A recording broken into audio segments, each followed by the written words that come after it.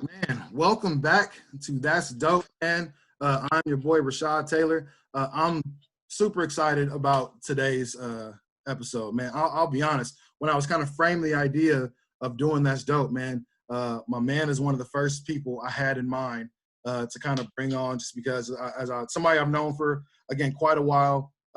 Really kind of saw him mature and grow into a hell of a person, man. He's a jack of all trades, social justice advocate, man, promoter, next level entertainment, host, comedian, self-proclaimed seventh best jumper in the town. Period.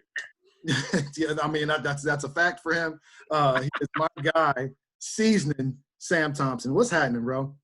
Man, what's up, Rashad? How you doing, bro? Thank you Man, for I'm having chilling. me, man. It's a pleasure, bro. It's a pleasure Oh to man, be on this I'm man, with you. man. I'm I excited remember to when you have you, got bro. started with it, man. So it's dope to see this. Yeah, so really it was one of them things, man. So the first time I got to host my show by myself on the fan, I needed somebody to come in with me. And you're actually the very first person of anybody Yes, sir. on the show from the community.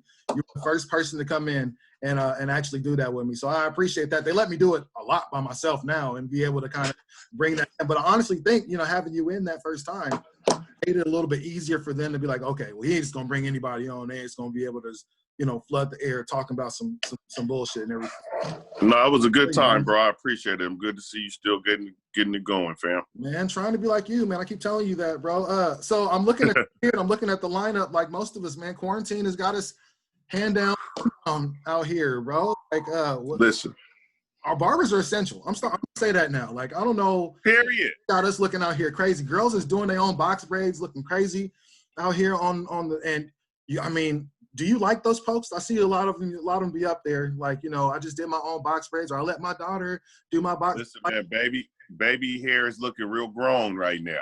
Oh my gosh, it's terrible. I never wanted to see so many wigs in my life because I'm tired of seeing bonnets and everything like that. But I love you anyway. But either way, we got to get out of this quarantine. What have you been up to, man? So we seen you on the gram, we see you on Facebook. You were at the beginning. It was easy that you were the quarantine MVP, like of everything that as you was moving and stuff you was posting, man. You was quarantine MVP. Kind of tell you kind of slowed down a little bit. I think with all of us at first, we all kind of was going through it. But what are you up to like right now? I know you was just in Oakland here a little bit ago. Yeah, man. So I'm gonna tell you, man, I went through all the stages during this COVID, man. I was gung-ho at first, man, trying to entertain everybody. Then I got scared and was nervous, and that's It why I was got funny at quiet. first. It was Yeah, funny for all of us at first. it was funny at first. Then I got scared and got nervous. That's when I got quiet on the book. And now I've kind of adjusted to whatever this is, and I'm going to keep moving and doing how I am, man. So I'm good, though, man. I still, get time with my son weekly. I'm able to move around. The thing is, we actually can do whatever the heck we want to do. It just ain't nowhere to go. Yeah, that's it. So that's what I realized that last week, and I got on an airplane and went to California and hung out. Tell me about that, man. Because I think that's the thing people are most afraid of is to get on a plane and go anywhere. Let alone like people don't want to fly 30 minutes to go to Seattle. So let alone get in a plane and fly, to California. What was that like? How surreal was it to like be in the airport and go through that whole stage and stuff? Because you're the only person crazy enough I know that actually got on a plane and went somewhere. Yeah. So, man, the word surreal is exactly what it was, bro. It was the weirdest experience ever. Like, it was kind of almost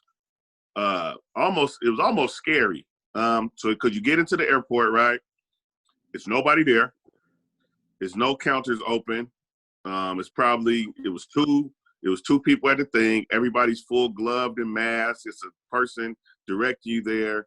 The one gates, the ABC gates was closed, so you had to walk all the way over to the D. Man, I got to the airport, literally got dropped off, and bro literally, I called the Uber, got out the Uber. I was at the gate in 7 minutes. Wow. No TSA, only had 13 people on it. It was like, again, scary movie is probably the best thing to describe it. So I have my man right now is in Vegas, and sent like a video of him just kind of walking towards the strip, and there's nobody on the strip, bro. There's nothing but police cars and everything riding up and down the street. So I can imagine being at the airport, man, had to have been crazy. What was there to do in Oakland? Like, they just shut down as we are. Yeah. So the good thing is my partner Keith lives down there, and he was Keith working Parker, from home. absolutely. Yep. So just pulled up at Keith's, man, and then it was Cinco de Mayo and Taco Tuesday, so we had a few people come through and kicked it in the house. It was just good to just not be in my house for a couple of days. Yeah, yeah. Was it weird? Like, cause you're a social dude, man, and I'm gonna make sure we get to all the social stuff. Is it weird to be around people during this time, and even folks that you do know? Is it weird, even a small group, to kind of be around people? So me, no. Like you said, I'm a very, very social person. So me being by myself does more harm than good. I'll be in here tripping. If I'm by myself, I get to thinking too much, and so I need to like interact with people. So I'm not really, I'm not scared of being around other people. It's just how other people interact with you. That's the weird part. Nobody shakes hands no more. Everybody wants to keep some space and keep some feet away from each other. But like me and my group of friends, my core partners that I kick it with every day, they come here, I go over there, we still link, you know what I'm saying? Because we figure, I'm not around my mom or nothing like that, because my mom is older Of course. and that type of stuff. But I feel that I would be part of the group that, can fight this thing off if it does happen.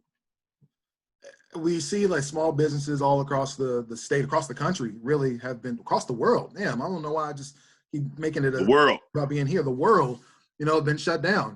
People have lost jobs, and there's really no way to support themselves. Now, luckily, you're lucky enough to still have a job. I believe so right now. Yeah. So I'm still under contract with PPS, so I'm good. Awesome. So that's good. But another one of your means of income was being working in promotion. And man, how does something like this moving forward, man? Have you thought about how this is really going to affect next level entertainment? Yeah, man. So I actually took a huge risk and invested a very significant amount of money into a concert that was supposed to happen on April 4th. And we was almost probably 1,000 tickets away from being sold out, which was 3 weeks ago. We were going to sell out. And then, March 16th happens and they shut down everything. And so, going from being 3 weeks away from like a really big, turnaround and great event to now not knowing if it'll ever happen, or if it happened this year or if it, so for me, that sucks, because at that point, your money's just in limbo. Ain't nothing you can do about it. You just got to wait and see how everything plays out. And then just in terms of the other things I do, like I had, it was going to be a Memorial Day thing. Then my birthday was coming, and then Good in the Hood, and then, all this other stuff. So it sucks, man, but I'm blessed, to be able to still be able to make it through here and pay my bills and keep my lights on and all that other stuff. Man, so just initially, take me back to you get the news like all of us do, because a lot of us didn't really have a lot of money, invested in anything as far as events, around the state or around the country or anything. As somebody that had, for you, one of the biggest events that you were, to have, at that, man, tell me your initial feeling when you hear that, man, everything is shut down, or potentially at this point, everything was going to be shut down. Man, so I was actually watching the game when the dude in the suit ran on the court and stopped the Jazz and the Thunder game. And so when that happened, I was like, this is real, because before then we thinking it's the flu and we don't know what it is. It went into the league, stepped in, that we all was like, shit, like this is a real thing. Yeah. So, so that part. So I had reached out to I was a part of an investment group that put it all together, and reached out to them, and we all were kind of playing it by ear. And then, initially the first thing was like 14 days, which would have had it ending probably, right before this concert was supposed to happen. And then, we still trying to play it by ear, trying to, because people invested their money and trying to make sure everybody was cool. And then when it came down that, everything was shut down for 30 days, it was like, oh, crap. Because you ever been to a situation where you're already counting the money. Yeah. Ready to spend it. Ready to do the next thing with it. Absolutely. Yeah, you can see it. We got a daily ticket sales. You can see it. You can see how, okay, wow, we done made the back end. We done covered the venue. Now it's about redeeming your money and getting profit. And so seeing that, and then now it's like, sheesh. Yeah, I know that sucked because, again, Portland is not a place that, unfortunately, man, had a lot of people kind of come through for whatever reason, at least on a consistent basis. I'll say not that they don't come, but, you look at places like LA, even somebody else like Seattle, there's somebody that's always coming through. And so this was a great opportunity for us to get out of the town and go up and kind of see that show. So I know a lot. And it was ours, you know what I'm saying? Yeah, and it was by somebody that we knew, you know what I'm saying? And so exactly an opportunity for us to go see it. So I know we was all real disappointed that didn't get to work. But for me, man, it's a very significant amount of money that I will not ever be comfortable with losing. But I think the silver lining into this is whenever we do get to come out of this, it's going to be even more popping. Yeah, it's going to be even more popping. Double charge them tickets. Before. Exactly. So I'm not tripping. Absolutely. I was able, it would be good to have, all that money in my account right now, but I mean, you really think about it, I don't got to do nothing. Shit, all you're doing is buying food and paying bills right now, so whatever. No, that's literally, and some people ain't really got that much money right now. And depending on the bill, like some people don't even have to pay that, you know what I'm saying, right now. So if you got gas, and a lot of people have kind of waived those fees, them late fees right now. Rent has been waived to like July. So, I mean. Yeah, but hey, people, pay your rent, because not your ass going to owe $6,000 in July. And you're going to really be homeless. Absolutely. Yeah. Make sure you pay your rent. Pay towards it. Man. Yeah, do something. You know what I'm saying? Yeah. Actually, my landlord, kind of hit me and was like, is your rent going to go? I was like, yeah, it'll be there. She's like, well, if you need to make payment arrangements, no, you'll have the whole thing. I don't want to hear nothing. I got you. I don't want to be in your pocket, man. In 2 months, man. So promotion is something it's kind of almost like a competitive sport here in Portland, just because there are few people, but especially people of color, there's not a lot of good promoters, I would say. What was it initially that got you kind of into promotion, and what was it, where was the moment that kind of like that aha moment for you, like, okay, this is what I should be doing. I should be doing parties and doing promotion. Man, so it happened, bro, really by it happened by accident, honestly. So I had moved to Indiana when Freddie went to the Pacers. I moved out there with him initially on some trying to figure out, some hoop workout stuff and see if, the ABA had started back up. We were still trying to chase the hoop dream. And then got out there and caught up with, just got into shit. One of my best partners is Rich, man. So we're young. I was 21, 22 at the time. And so we were listening to the radio, and it was a radio ad talking about the Indiana Pacers was going to be at this party at this place called the Mecca. So we went to go to the party and got up there, man, and they made us pay to get in. And I was like, hold on. I just said. And we realized that the dude that was throwing the party didn't know nobody on the team, didn't know nothing. He was just using their name to throw a party. And I said, well, shit, I know all y'all, and I can get all y'all to come, so I might as well throw the parties. And so that's how it happened. They used to have rich friends, man. You know what I'm saying? Man, absolutely. But but then I came back home, and I was doing it at such a high level out there. Came home, and I would come home every summer during the off season and put together a couple of little events out here. Then I moved back for good in 2007, and it's just it was a good way to create some money. You ain't got to really give the government too much of it, So yeah, and so I got home, put some stuff together. I seen some events that I didn't like, and tried to get in and kind of change the game. And over the years, we've created a product that the town supports, and they come out and rock with it. So it was something I wasn't even going to ask about, but I mean, Freddie Jones going to the league. That's what, 2001, two. So, yeah.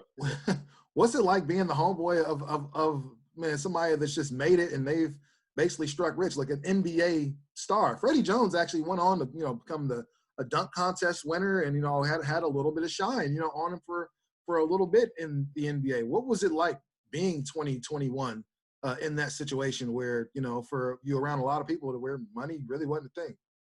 Yeah, man. So to be honest, man, I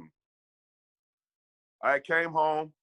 I was at school. I was going to school down in San Diego, still trying to hoop. Came home. We played in a little Portland-Seattle game that Stu put together. Me and Fred always been solid. You know what I'm saying? He's my guy. We reconnected.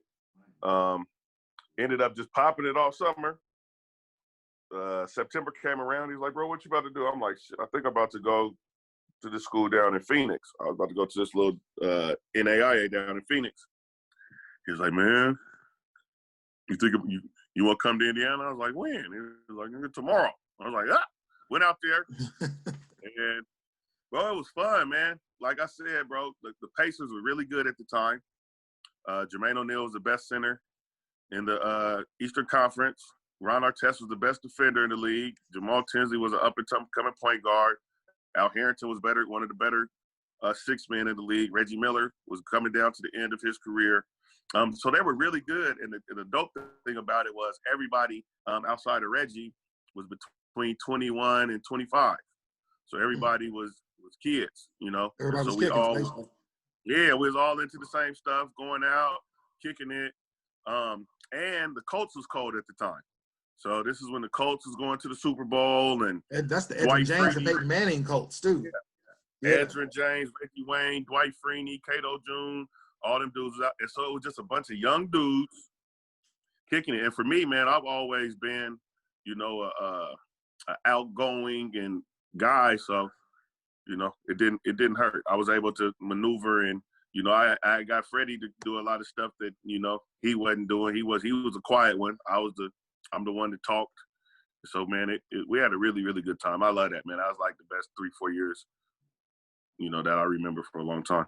You just mentioned you're an outgoing guy. Where does that come from? A lot of people are try to be real reserved, at all times, or at least at a lot of times. You're somebody that's, man, always willing to talk and to stand in or whatever with whatever type of crowd. But where does that come from for you? Man, so I moved a lot as a kid, so we never stayed in the same place for longer than a year. So I went to kindergarten in Idaho, lived out, we was part of the Section 8 movement. So we was the first people in the numbers in the 80s. Lived in California, lived in Memphis. I went to Memphis to start high school. So for me, I was always the new guy. I was always the new kid.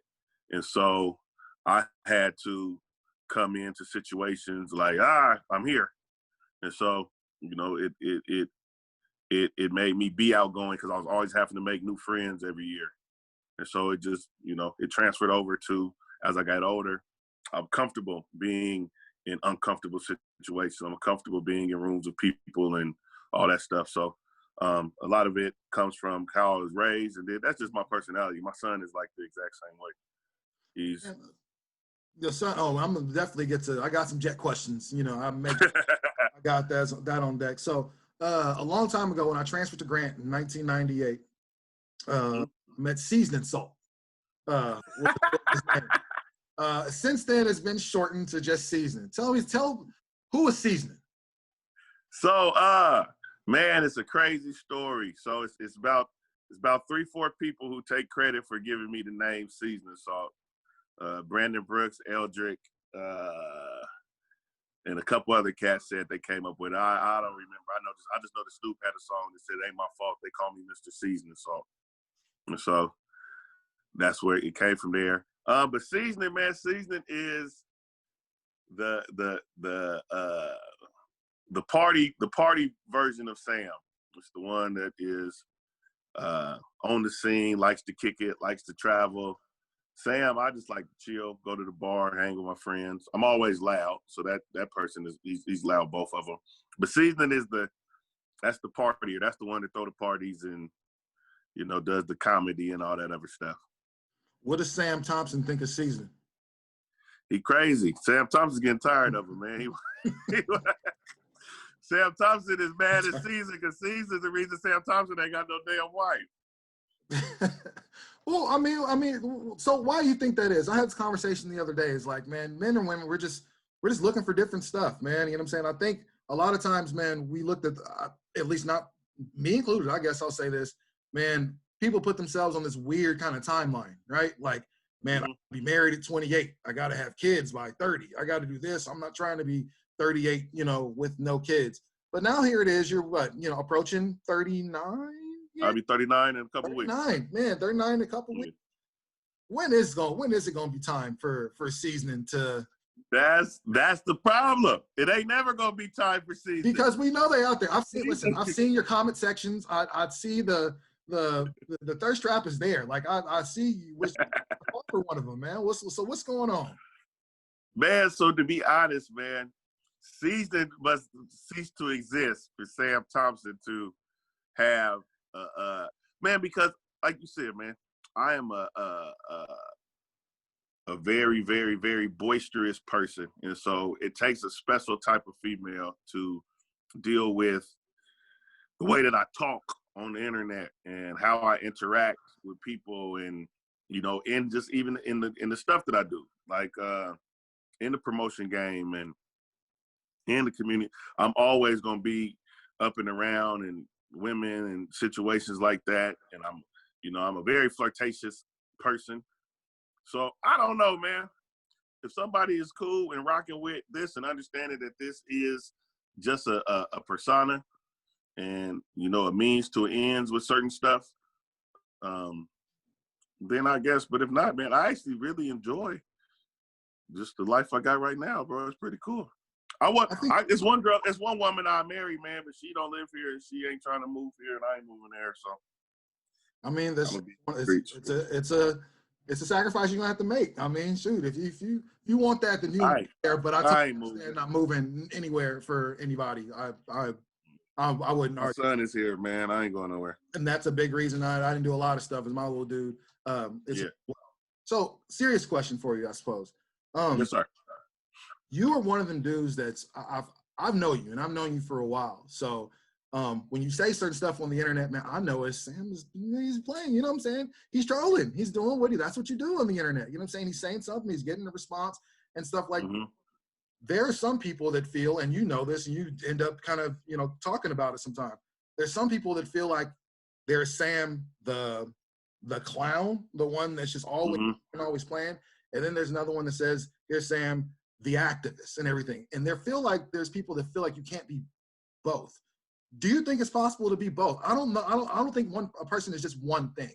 So speak to the fact that people kind of, my fault, want you to be one thing, stand on this side or stand on that side. I think, I think that people believe that you have to be one way or another. And I think that people think that certain things don't coincide with other things. And but I'm big on duality, man. I think that your good deeds, right? If you do good things, I don't think that certain stuff should kind of affect that. Now, if you're not, I'm not running around, I don't hurt nobody. I ain't, I'm not out here smoking dope and messing with kids or, I don't do any of those things. I think that once you start getting into those lines but if I'm a man, right? So if I want to cuss, I want to drink, and I want to gallivant, and, that don't mean that. I said gallivant. Yeah, that's a Bub word. Shout out to Bub. I remember pantaloons. Yep. So I don't think that because, I enjoy going to the strip club that I can't, on Saturday and throw some ones that I can't give the strippers kids some backpacks on Sunday, Yeah. So I think that you can do both. And And I'm one of them people that I'm me and I do what I want to do. So I don't really worry about it, but it does bother you and it hurts your feelings sometimes when people try to discount some good you did because of something that you said on a thing that is made for entertainment. Like the internet is to be funny. I use it to be funny. It's not a place of seriousness to me unless it's time to be serious. And I think that, Tupac showed us that, Do you think people are too sensitive with? I talked to Lance Waddy a little bit ago, and we talked to people being a little sensitive about jokes and stuff like that. As somebody who also, man, you're also a comedian, man. And you're also somebody who works within the community, man. Do you ever think twice about, man, should I send this? Should I say this? I wonder what somebody would say or something like that. Does that ever cross your mind? Definitely, man. I censor myself so much. If I said what I wanted to say, I would be in a heap of trouble. And so what I always tell people, man, is my mom is on my Facebook, right? So my mom is on there. So obviously whatever I'm saying, if my mom ain't tripping, I'm not tripping on anybody else. I don't spend time on there. If you really look at, I allude to a lot of stuff. I speak in code about a lot of stuff. And my people that know what I'm talking about. But I'm not on there throwing a bunch of F-bombs and calling girls B's and saying pussy and all that, I don't do any of that stuff, man. But I definitely I have gotten more aware because at first, when I was initially late 20s, early 30s, working, for community agencies, I felt that I could go and say and do whatever the heck I want to do and shouldn't nobody be able to tell me nothing. But then I realized that over time, people judge you and people will take away. And we see it all the time, man.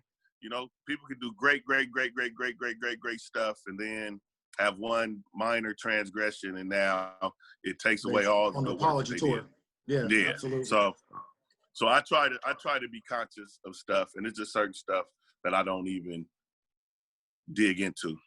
You mentioned doing the good and doing a lot of the good. And I think it's really important that we talk about, man, a lot of that good that you've kind of done, here in Portland.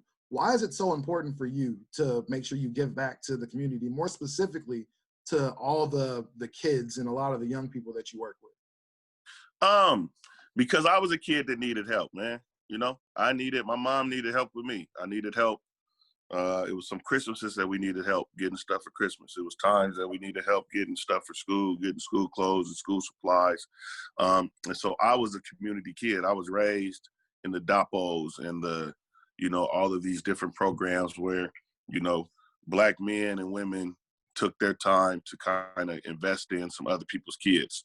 And so I always said whenever I got in a position to be able to help, I would help. And I always wondered why people that you felt should be helping, people that you felt should be doing stuff for the community didn't do it. Mm-hmm. And so I wanted to show everybody that you don't have to be in the league. You don't have to be rich. You don't have to be on a certain status to do good. It doesn't cost a lot to do good. And once you start doing good, other people will help you do that good. So that was always the big thing for me, man. Like I said, bro, I needed Christmas presents. I needed school clothes. I needed school supplies. So those are the things that I focus on giving kids, because I know it's a lot of kids in situations similar to myself. What's your favorite event of all the stuff that you do for the community, be it Good in the Hood or, any rally, any type of giveaway that you do? In your opinion, man, what's the thing that you look forward to most when you do these things?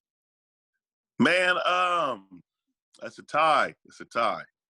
It's a tie between the Next Level Give Back, the back to school event. Great event. Yeah, and then the fun day with Black Santa.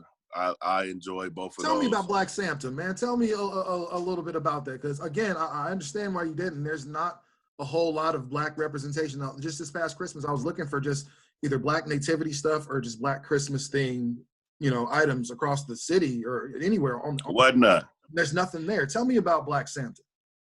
Man, so what happened was, it was my son's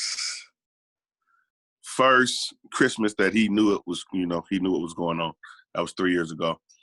And my son's mom had hit me and asked like for some change for something. And I was like, she's like, oh, because I'm taking the kids to go see Black Santa.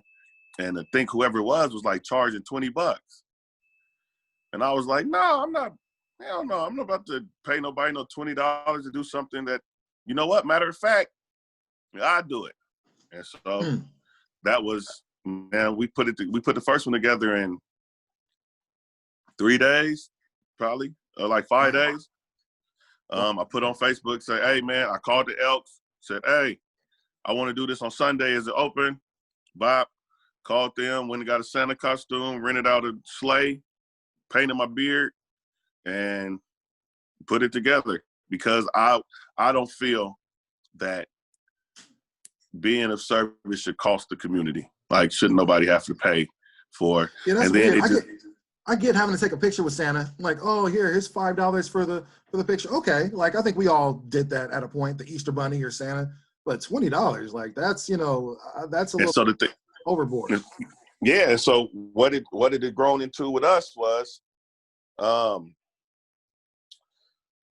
first year, like I said, we just threw it together.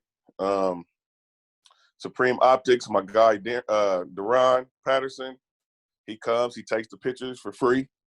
We give all the families pictures for free. The next year, the Buffalo Soldiers and Toys for Tots came through with us, gave us like 3,000 Christmas presents. This past year, we were able to give all the kids presents. Hannah's came through, gave the kids. Shout out gave the parents Yak's bags. Yeah. How does that feel when people come through for the community, man? When you put on this event and you're just hoping that people come or want to just do something to give back and contribute or help in whatever way. How does it feel when people like that, man, just start coming through and coming through really at the end of the day for you and for these kids? Bro, it's the most humbling and joyful feeling in the world, man. Because like you said, I'm just trying to do something. And so I don't know how it's going to go, but we about to do it. I got this little change. I'm going to put it together. And so what I've learned, man, about this community, especially the Black community here in Portland, man, people are so willing to give, right? Like everybody's mission isn't to be out doing it, but I'll help make it happen. Like anything I do, it's a group of about 40 people, man, that just send something. Here, bro, 50, 100, whatever, because like I'm not coming. I don't want to be around all them kids. I don't have no interest in this, but I know that it costs to make this stuff happen. And then a big shout out to my young fella, Mike James, man, who for me, in my opinion, man, is one of the most giving athletes we've ever had in this city. And he, shout out to Mike James, didn't reach, and that's showing like he didn't reach the level that he should, because he's one of the best basketball players I've ever seen in my life. But he didn't reach the fame as other people, but he still does stuff here like that. You know what I'm saying? It's important to give back to your community, man. Let's talk about community. Let's go back to high school. Yes. I said self-proclaimed because you said it. I never heard about that. But the 7th best shooter from the town. Tell me why you think that's accurate. Because nobody had a better 3-year run of pure wetness than me. I was wet for 3 years, unbelievably. We talking about Grant? Nope. At Grant, okay. That was still high school. He's 6'4". Okay. You gotta play the 4 and and all that stuff, and because that's what we do here. But the good thing for me is when I left to go to college, the good thing about going to school is don't nobody know you. Mm-hmm. The coach know you. That's everybody. And once surprise. You get there, Absolutely. you can recreate. And so that's what it did, man. I had played, being 6'4" in Portland, you in the post or all this other stuff. And once I got to school, man, I really transformed myself into, becoming a shooter. I didn't shoot I shot my senior year. But yeah, you had an and I ultimate just be green talking light shit. senior year. I just be talking shit. But I had the most maximum green light in Oh my maybe gosh. high school history. You were doing the dumbest things as far as shooting in the game. Facts. You would literally at Grant, you would literally pull up one step above the half court. Pull up. I'm yes. Like, here, bro. What are you doing? Shout out to Bub, man. Yeah, Shout out to Bub. Harris. Yeah, no, I'm just talking crazy, man. There's a lot of people that can really shoot the basketball way better than me. Man. But so who are those people though? Who are the? If you could, me and Mike Lee talked the other day, and we had a great conversation. And the six people that can shoot better than me. You want to know who they are? Yeah. Who I got the list right now. Let's hear it. Salim Stoudemire. Beautiful stroke too. Mark Reed. Josh Hall. Okay. Mike Lee. Marquise Hall. And Darren Cooper. Other than that, I want it with anybody. So, we got to find D Coop, because guess what? Every single time we start having this conversation about, man, who the best in Portland was, or who among the best in Portland was, his name always comes up. D Coop's name, yes. Like he was quietly one of the best dudes in Portland. It was like he didn't get a lot of the adulation that I think maybe Mike or Aaron or Brandon or one of those guys got, but know that he was just that dude. When you think back at your playing, when you played in high school, who was the one dude that you did not want to see on the other side of the floor? Man, for me, the dudes that I did not want a problem with not in high school. That were the best, but just like when you played them, for whatever reason, they just gave you buckets. You know who killed me? Who? All the time, and there was nothing that I could do with it. And he killed me every single time that we played basketball. Who was that? From middle school all the way through high school, and I could not do nothing with him at all. Vernon Onick. Vernon Onick was a 6'1" center, and he would dog me, man. Like you said, like what Charles Barkley's talking about Popeye, he just couldn't do nothing with Popeye Jones. I could not do nothing with Vernon Onick, man. And sometimes it'd be like that. Like all the players I expect you to say, that would have been the last one. Not at all. Nobody would have expected you to say, man, he gave me buckets every single time. Every time at open gym, at the Sal, at midnight basketball, at Wallace Park. If I'm guarding at one point I just didn't want to guard him no more. Because it was nothing he would get me on his hip and he'll score, bro, every time. How much do you miss that time? You know what I'm saying? We're talking about, man, mid-90s to early 2000s where it was cool to go to the park and hoop. And it was midnight basketball was a thing at the South and some other places. Like, man, how much do you miss that time? And do you feel like these kids, this era, really missed all the good basketball? Yeah, man. So for me, I think that these kids now are way more talented than for sure. Our era of players were. But we got the opportunity to play basketball everywhere all the time. Outside, if you wasn't in triple threat, wasn't nobody going and getting personal workouts, unless you was in triple threat and you was going with Howard and Fluffy. So other than that, it was getting up at 8 in the morning on Saturday and going to the South and sitting there till 10 because Tony Hobson Jr. and Charles McKinney and Aaron McKinney and those dudes was playing. Till then, you had to wait till they start getting tired. Then you could get on and play there. You stay there till 12, get on your bike, ride over to Irvin, watch them play at Irvin. You get your 5 of young dudes, get on there, and the 5 was always Kanan Chapman, Kenny Warren, Pat Strickland, Aaron Cowan, and either the Beast or Third, and play them dudes. They will hold court all day. Then we'll play. So we just played so much basketball. We didn't have, all of the same fundamentals and these drill work and all this, but we hooped and we got tough and we played against other dudes that was tough, and the big older dudes whooped on us. And then there was dudes that never even played organized basketball like Abraham and these dudes that would kill you. So I do, man. I miss it, man. Basketball was life. The From upper room. 10 years old till 23, man. I pooped every single day. Yeah, no, All the time. it's one of those things. Like I don't even see kids as much as play outside anymore. To let alone run up on a bunch of kids, just like hooping at the park, man. I remember one thing that you talked to me about when we worked together for a little bit. We're actually, I remember we were in the gym and we were kind of talking, and you were telling me about your plan to go off and start your own sports bar. You're going to be able to kind of finally open up your own sports bar. And I remember for a while I heard you talking about that, manifesting it, and then finally you're able to open up, man. Tell me about Seeznins, man. Man, you know what, bro? That was the biggest, like you said, man. I had talked about it for years.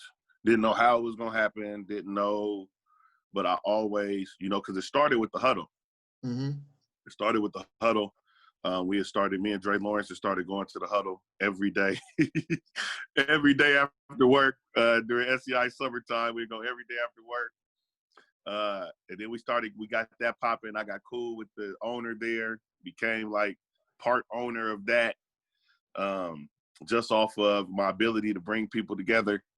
And that was popping. And then it just went away. And so I always wanted to have, hold on real quick. I always rest my bad and call me. Always wanted to have a sports bar.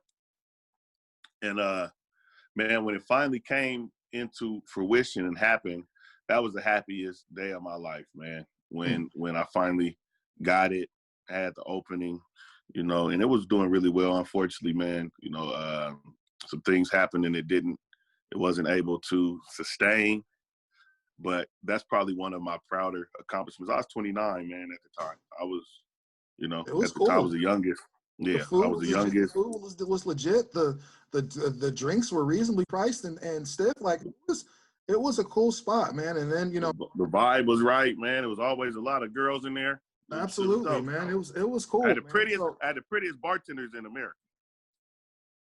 I'll give you that. That time, yeah. In Portland. I remember that. I'll absolutely bad. give you that, bro. Whole staff was bad. You mentioned, the fact that things went wrong. You know what I'm saying? Yeah. There was a fatal night that happened outside of the establishment.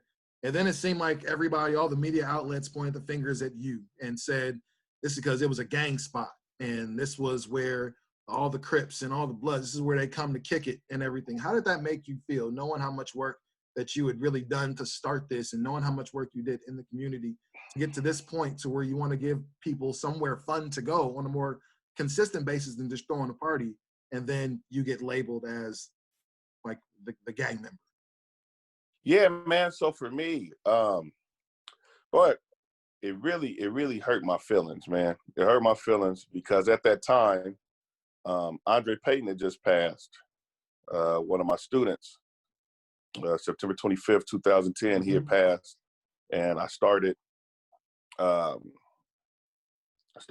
Restore the Village, and so that's when a lot of the real grassroots stuff of doing community and all those things that happened. And so I went out of my way to try to create an environment where people felt safe and people could come and enjoy themselves. Like, we hosted, SEI would come and do trips there. And, I did a food handler's job fair and gave all kids food handler's cards and a job fair. And, so we were doing a lot of things based in the community. And, true enough, there would be some nights, man, that this group of guys would come or girls would come, and then but we never, ever had a fight. There was never a fight in there. It was never any alcohol sold to a minor, anything. But what they started to do was kind of pinpoint everything that happened on 82nd to this place. Because I painted it blue and gray that it was a Crip. No, I went to Grant. It'd have been blue and red. You'd have been blue and red. Yeah, so across the street. You know what I'm saying? So, yeah. So I had to change a tough time. So for me, man, it was like, what happened, what was going on. Even with that very unfortunate night, we were actually hosting Benson's 10-year reunion that night. Benson's 10-year reunion was there. It was nice. It wasn't no incidents. Off-duty police officers were there. Like it was a good, but you know, it's something very unfortunate. Yeah, something very unfortunate happened across the street behind the Chinese restaurant that didn't have anything directly to do with us. But, you know, at the time, it showed kind of the power of media and police and OLCC and, you know. Well, but my thing, what hurt me the most was when it all happened, a lot of people in positions of power that I've done things for, that have called on me for stuff, I didn't get no response, you know, and they kind of let me just fall on the sword without, you know, so. And luckily you were able to recover, because a lot of people, you know, I think you have a business that goes, you know, that goes south for whatever reason, you know, I think a lot of people aren't able to recover, but you kind of were, and you were able to kind of truck along and do some things, next level entertainment. And then that created next level. Yeah, that created next level. And then it's weird, in 2000 anything to be kind of discriminated against sounds crazy, but yet and still here we are. And I believe it's 2000, was it 17 for you? And yeah. Nightclub, and you are denied entry because you're wearing just a little too much red, bro. And we ain't gonna let you in tonight, although we're gonna let some other people that have on equally as much red, white guys or white people, we're gonna let them in. That started a whole trickle down, you know, effect, man. Tell me about what it's like to go through a crazy situation, especially you as a club promoter, as a party promoter, to be in a situation to where you're being discriminated against for being Black. Hey man, so you know, when we were younger, we've always had to adjust how we look to go out. You know, when the Quest was popping, we couldn't wear a certain size pants or shirt or hat or headband. It's always been stuff put in place to kind of limit the number of Black dudes in the spot, right? And if we ever did get a space to where it was predominantly occupied by Black people, the city and the gang and all that will find a way to get it closed down. Every time we have a hip hop club spot, every time we have anything, it always happened. And so I had been used to that. But by 2017, you know, I had gotten to a place in the community, in the nightlife world where, like, ain't no way that's supposed to happen to me. You know what I'm saying? And so that night that I went out, well, I thought he was playing at first. Like, what? You know, and then it continued. I seen it was serious. I actually told the dude, I said, hey, man, I don't think you really, because, you know I done employed half of the dudes that do security, but I didn't know the cat. I was like, bro, I don't think you know me, fam, but I would suggest, you know, that you let me in tonight and don't do this no more, because, you know, if you try to press this, I have the time and the resources to really press this issue. Today I got time, cuz. I love it. Yeah, and so it turned into today I got time, cuz.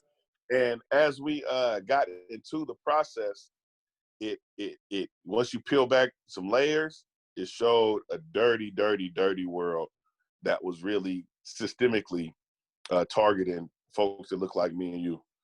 And fortunately, man, with the help of Levy, Marathon, and Horse, man, my law team, Noah Horse, Tim, Volpert, they won't do it no more. I'll tell you that much.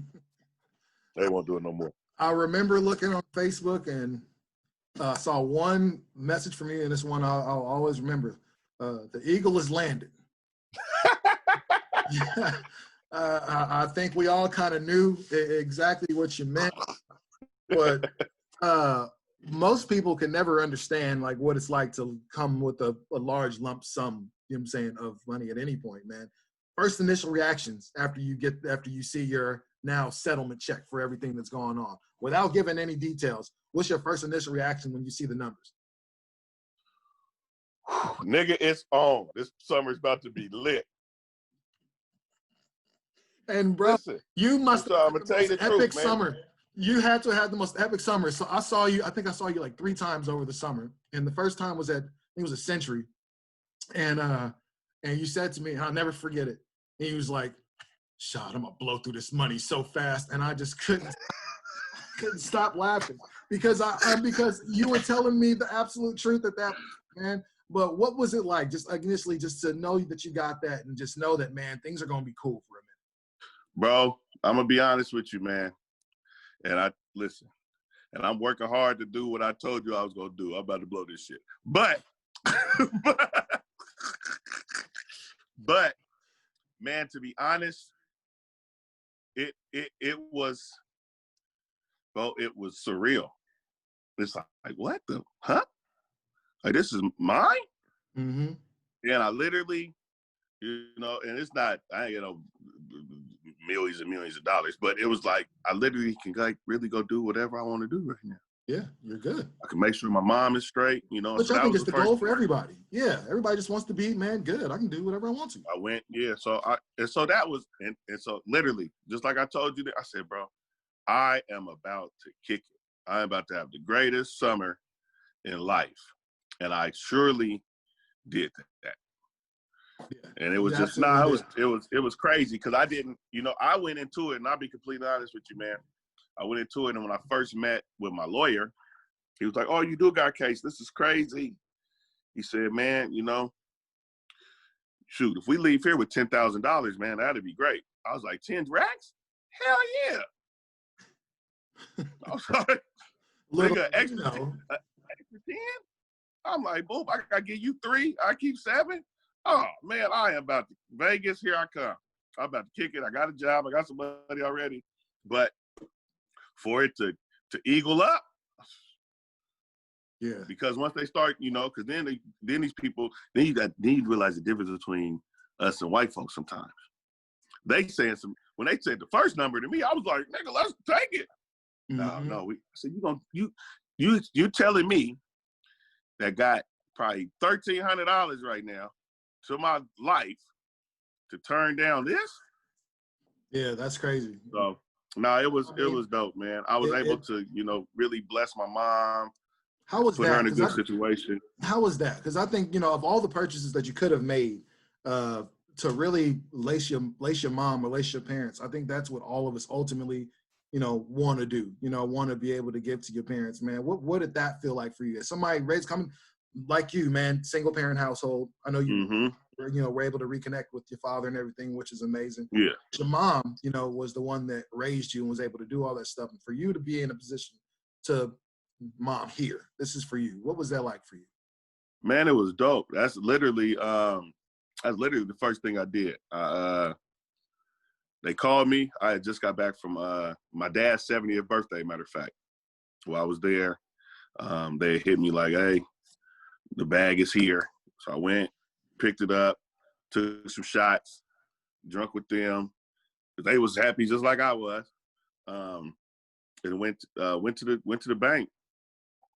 And I was like, well, I need to take this out. They're like, well, we can't take that. You gotta come back in a couple days. We don't. I was like, oh. I said, oh, that's real. Like, I'll get it now. Okay. Yeah. No. I'm talking about like the money was in there, but there's like you can't. So like you can't go to the bank and just be like, give me $20,000 because they don't have it. They don't have it. So, came back like 2 days later. Man, was able to give my sister some money, my mom some money, my son's mom some money, and it was like dope. That's fresh. It was dope. That's fresh. You mentioned your son. But yeah, listen. This COVID lasts another 5 months. All that shit gone. So. No, man. How much have you drank since you've been on? Because I go, and I'm not an alcoholic. However, COVID's got me feeling like I might need to go to a meeting or two because I've literally had a bottle every. I've never been to the liquor store so much. We know each other by first name at the liquor store. Mm-hmm. What are you drinking on at the moment? I see the bar set up back there, man. What you got? So I got some 1942, some Milagro. Man, I haven't. So that's rich. Like, that's rich nigga stuff. That's stuff that I'm not buying, bro. I don't see. Let me get that Evan Williams. No, the No. Milagro sell 26,000, man. like, No, yeah, so let me get that pint of Evan Williams over here. Yeah. facts. 26 So said, yeah, okay. I'll take the that. coldest thing is, man, so all of this coincided with last summer. Me getting diagnosed with type 2 diabetes, right? Mm-hmm. So with that, I had to change. You know, I'm a beer dude. I didn't drink liquor like that. I didn't like liquor. I drank beer all the time. My bad. My phone about to die. I had to get my charger. So I had to I had to stop drinking beer. And so then my doctor was like, I don't want you drinking anything, but if you do, tequila is the healthiest choice because it has the agave and your body don't process the sugar from it. So I've been on a tequila boy. And I'm going to tell you, since the Rona done hit, I'm going through 2.5 gallons a week, bro. Yeah, I mean, it's so easy to drink. I get one Saturday, it's and so then easy to Tuesday, drink. Wednesday, So I understand.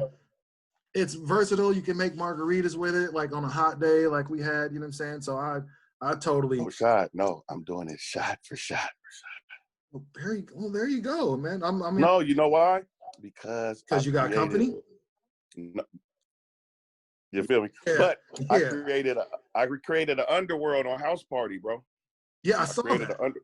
I created an underworld, and join me one day, Fab. It's really beautiful. But yeah, I'm gonna see what's up. We sit and we just take shots and shots and shots and shots and shots. And then you learn that sitting in the house and drinking, you don't get drunk like if you're out somewhere. You feel completely fine. No, you ain't doing nothing. You know, you can pass out right here. Sitting here talk, you don't even realize. Yeah, absolutely, man. Yeah, so yeah, I'm definitely going to AA when this is over. Oh, I think it's gonna be flooded. It's gonna be packed like the barbershop. Bro. I don't know about you. I'm going to the barbershop now. That's where I don't even watch porn anymore. I just watch lineup videos now. That's what. You know what I'm saying? Like, man. That scenography is lineup. Yeah, look how they got his line. Like, that's what I look at now, bro. So, I had hair like this since Grant. I'm telling you, man. I have to. I'm gonna have a Philly again, bro. I'm gonna break out my spun. Yeah, see, I'm staying away from you. I'm glad you can't really see because all my stuff is messed up. I'm not trying to.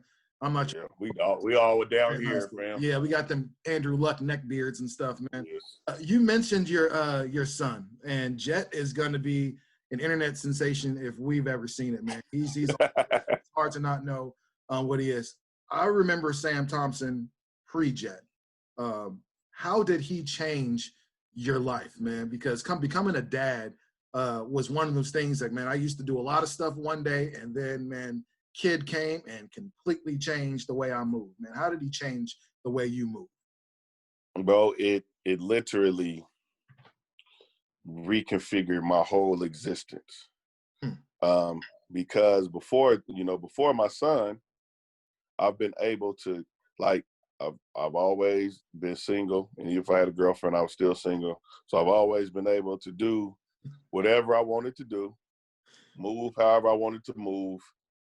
And I didn't care. Like, I didn't have to worry about nobody else. I didn't have to worry about what this decision today, how it's going to affect someone else. Right. But the day I found out, I got my Maury results about Jet the day right after Brandon Branch's funeral, man. We were in the parking lot, me and Mike Lee talking, and as the processional turned, my phone buzzed. Opened it. Wow. So it was some wild circle of life type stuff. And at that moment, I was like, damn, I got to be everything that I wanted to my son. Right. And so from that point on, bro, we've been rocking, man. It's literally, it's the greatest thing in the world, man. It is. Being a father, and especially having a boy, man, it's the greatest.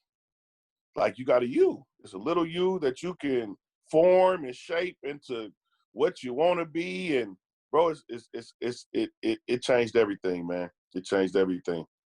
As my little dude is walking out of the house right now because his mom is here to pick him up. You know what I mean? Yeah, no, it's one of those things, man. You go from always wanting to make sure that, again, growing up single parent household, especially being raised by a Black mom, for that, you know what I'm saying, that male figure, you know, in your life. And luckily, you know, it seems like for the both of us, man, we've been lucky enough to have those guys, man, grandparents and mentors and some other people to kind of be around and do that. Mm-hmm. There's a lot of people that look at the relationship that you have with your son and wish that they could have one like that with their father, and wish that they can be that type of dad, man. Sam, bro, thank you, man. Like No, I appreciate you, bro. Thank you for letting me rock with you, man. Of course, man. Again, you one of them dudes. I've always just, you're so interesting because again, there is a fence there, and people feel like you got to be on two sides of it. So you're one of those guys that, man, I feel like people need to know more about, because if you did, you would actually know exactly how dope, man, you really are, man. Sam Thompson. I appreciate that, bro. Absolutely, man. Man, Sam, what you got going on now, man? What's the rest of the Rona got going for you? Man, so I'm trying to lock in me some QC. Okay. That's quarantine coochie. But nah, man, I'm chilling, bro. I'm chilling, bro. I'm playing it by ear, man. I'm playing it by ear and just trying to make sure that I'm prepared for whatever this stuff brings, man. Whatever it does, whatever this new normal is going to be, making sure that I'm ready for shit, whatever's coming, man. So right now, just chilling, looking crazy, and relaxing, you and man. Me both, that's bro. it. You and me both. Ugly as hell right now, man. Look at us. All right, fam. Well, I appreciate you. Is that we handsome men, man, so we're gonna be all right. Hairy faces. At least for now. But you know, when you handsome, you look in the mirror like, this is. Yeah, but listen, everybody's ugly right now. I know. This is where we need lace fronts. We need to figure out a way to get some lace front braids, some froze going or something like that, man. I'm with it at the moment. I can't look like this no more. I'm tired of looking like this. That's funny. My man, Samuel Thompson, thank you again, my dude. Appreciate you, bro.